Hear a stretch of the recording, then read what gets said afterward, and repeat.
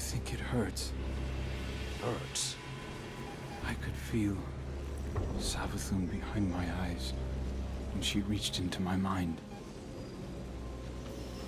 What do you think these Hive feel when we reach into theirs? I also find the Scion's methods unsettling, but they can uncover Savathun's plans more efficiently than I ever could. Better to just put them out of their misery. Keitel believes these Hive might hold deeper secrets. Do not make the mistake of thinking these things deserve your sympathy. Even though they have the light. Maybe you are the wrong person to put on this assignment. They may be our enemies, but this feels like a new low for the Vanguard. For Zavala. Watch your mouth. You New Light see Zavala as some toothless diplomat, but you wouldn't believe what he sacrificed to become the man he is. Someone who will make the hard choice, and make sure his people understand why.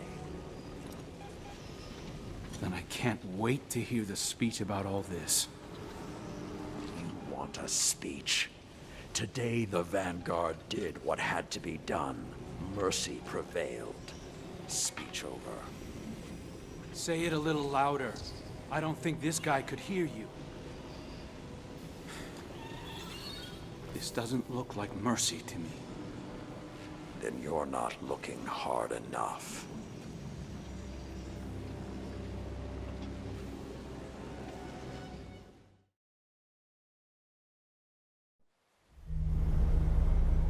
Long ago, even before there was a last city, I was deep on patrol in the old forest when a local villager sought me out. They asked me to catch a thief. I told them the Iron Lords were no mercenaries, but I saw their pride as well as their poverty. When they offered me a loaf of black bread instead of coin, I agreed.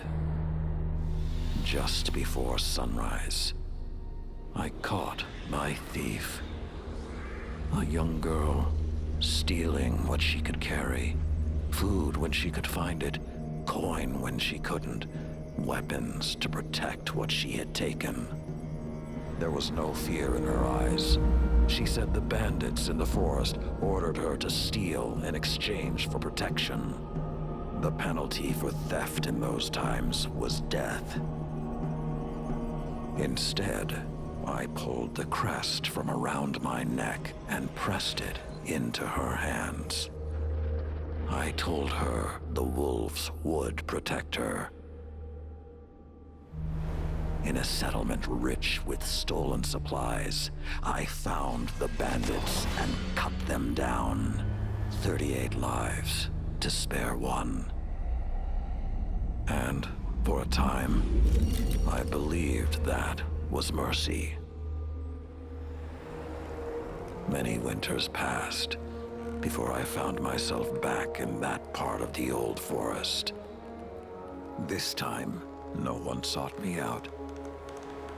So I sought them instead.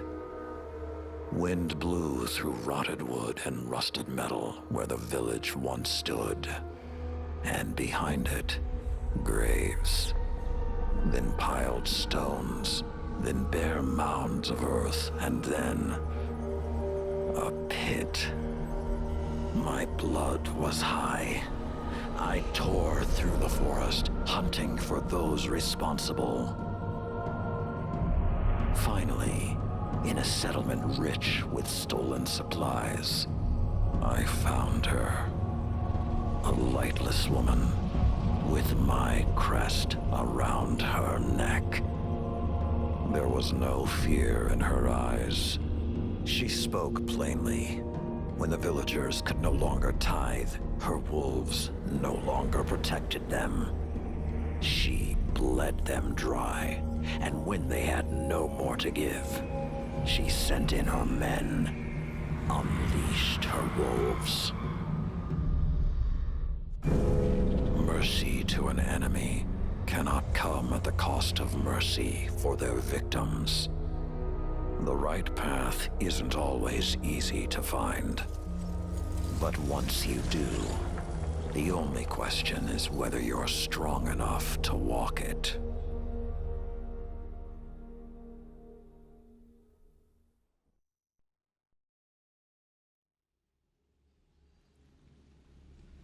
Consider that the next time you feel pity for our enemies.